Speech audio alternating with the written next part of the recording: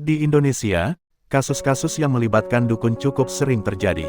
Salah satunya, yang cukup fenomenal, adalah kasus pembunuhan 42 wanita oleh seorang dukun bernama Ahmad Suraji yang kemudian dikenal sebagai Dukun AS. Ia adalah seorang pelaku pembunuhan terhadap 42 orang wanita yang mayatnya dikuburkan di perkebunan tebu, di Desa Sei Semayang, Kabupaten Deli Serdang, Sumatera Utara, dari tahun 1986 hingga 1997. Mari kita langsung masuk ke ceritanya. Ahmad Suraji lahir pada tanggal 10 Januari tahun 1949 di Medan, Sumatera Utara. Nama asli dari Ahmad Suraji ini adalah Nasib. Karena sering menggunakan kelewang saat melakukan pencurian lembu di kawasan Stabat, ia pun sering dipanggil Nasib Kelewang oleh teman-temannya. Nama Ahmad Suraji disandangnya setelah ia keluar dari penjara karena tersandung kasus pencurian lembu, sedangkan nama Datuk diberikan teman-temannya karena ia menikahi 3 kakak beradik kandung dan tinggal dalam satu rumah. Sehari-hari Suraji bekerja sebagai seorang petani. Pria lulus SD ini mempunyai 3 orang istri dan 9 anak. Pada suatu malam, saat ia sedang tidur, ia bermimpi didatangi mendiang ayahnya dan berkata akan diwarisi sebuah ilmu yang maha sakti mandraguna. Ilmu ini tidak terkalahkan, karena dapat digunakan untuk mengalahkan lawan sekaligus menolong dan mengobati orang-orang yang sedang sakit.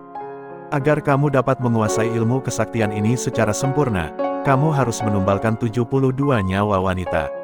Yang salah satu syarat wajibnya kamu harus menghisap air liur mereka. Pada keesokan harinya, saat ia bangun dari tidurnya hatinya menjadi bimbang, apakah mimpi itu harus ia laksanakan atau tidak. Namun hasrat memiliki ilmu yang sakti mandraguna begitu menggelora, apalagi ilmu ini dianggapnya mampu menolong orang banyak. Dalam batinnya, akhirnya muncul kesimpulan, bahwa tidak ada salahnya mengorbankan sejumlah nyawa untuk kebaikan yang lebih besar. Selang beberapa waktu, entah bagaimana caranya, masyarakat menganggap Suraji sebagai orang pintar atau dukun. Dan panggilan Datuk akhirnya disematkan kepadanya. Tidak sedikit orang yang mendatangi rumah Suraji untuk meminta pertolongan.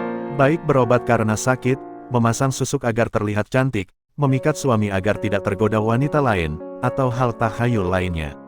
Admin akan membahas seorang wanita salah satu korban, yang berhasil lolos dari kejahatan Suraji, kita sebut saja namanya Lilis.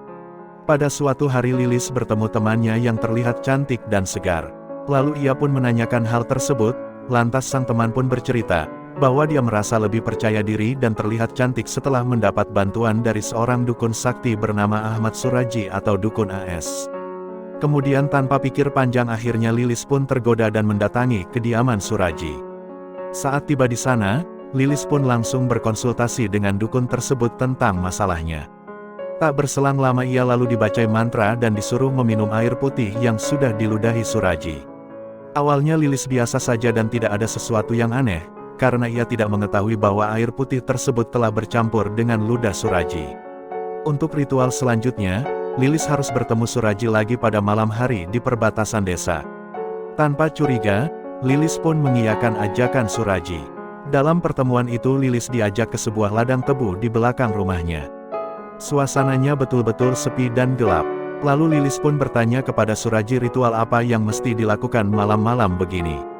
Lalu Suraji pun menjawab, kalau kamu mau ilmu yang sempurna, terlihat cantik, dan lancar rezeki, kamu harus mengikuti ritual ini. Karena semua pasienku juga melakukannya. Jika kamu tak percaya, tanyakan saja kepada mereka. Mendengar hal tersebut Lilis pun akhirnya pasrah. Lalu Suraji mengajaknya ke tempat yang lebih lapang, kemudian meletakkan sebuah karung dan menggelar tikar kecil. Dan ia meminta Lilis melepas pakaiannya. Semula wanita muda ini ragu-ragu, tetapi karena hasrat untuk terlihat cantik dan lancar rezekinya sangat besar, dia pun menuruti perintah Suraji. Setelah Lilis melepas semua pakaiannya, mantra-mantra pun mulai dibacakan. Dari dalam karung Suraji kemudian mengeluarkan sekop dan benda lainnya, untuk membuat sebuah lubang galian kecil. Katanya, untuk menjalani ritual yang sempurna, Lilis harus dikubur di lubang sampai sebatas lehernya. Istilahnya, tapa pendem yang artinya bertapa dengan mengubur diri. Nah, disinilah Lilis mulai curiga. Namun Suraji bisa meyakinkannya kembali. Hingga pada suatu momen, tiba-tiba Suraji membekap kencang Lilis.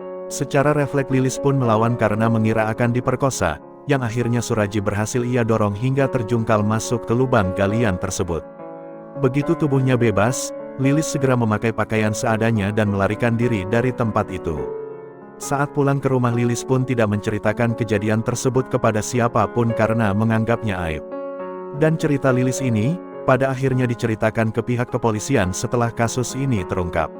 Pada tanggal 27 April tahun 1997 Dusun Aman Damai dilanda kehebohan. Seorang pemuda menemukan sesosok mayat wanita tanpa busana di ladang tebu. Warga pun berbondong-bondong untuk melihatnya. Dan suasana bertambah panas ketika mayat yang ditemukan itu adalah Sri Kemaladewi yang berumur 21 tahun, ia sudah menghilang selama 3 hari. Pengusutan kasus ini sempat terhenti karena bukti-bukti yang ditemukan tidak cukup. Tapi, polisi tak kehilangan akal. Mereka kemudian mendalami sejumlah laporan orang hilang dalam beberapa tahun terakhir. Dari hasil pendalaman ditemukan satu benang merah, yaitu sebagian besar korban adalah pasien Suraji. Temuan tersebut mendorong polisi untuk kembali mendatangi rumah sang dukun. Satu persatu sudut rumah disisir secara seksama. Akhirnya polisi menemukan beberapa helai pakaian perempuan dan perhiasan. Barang bukti itulah yang membuat Suraji alias Dukun As itu ditangkap. Dalam proses interogasinya, Suraji mengaku bahwa ia telah membunuh Dewi dan 41 perempuan lainnya demi memperoleh ilmu sakti. Tak cuma menghabisi nyawa, Suraji juga mengambil barang-barang berharga milik korban. Singkat cerita, dari beberapa kali sidang atas kasus ini akhirnya Suraji dieksekusi mati dengan cara ditembak. Setelah Presiden RI Susilo Bambang Yudhoyono menolak pengajuan gerasinya bersama terpidana mati lainnya pada tanggal 22 November tahun 2007. Dari kisah ini kita bisa lebih memahami tentang arti bersyukur. Bahwasanya kita sebagai manusia, jika kita mempunyai masalah hidup apapun itu, seharusnya kita meminta hanya kepada Tuhan. Terima kasih telah menonton video ini, jangan lupa subscribe dan sampai ketemu di video lainnya.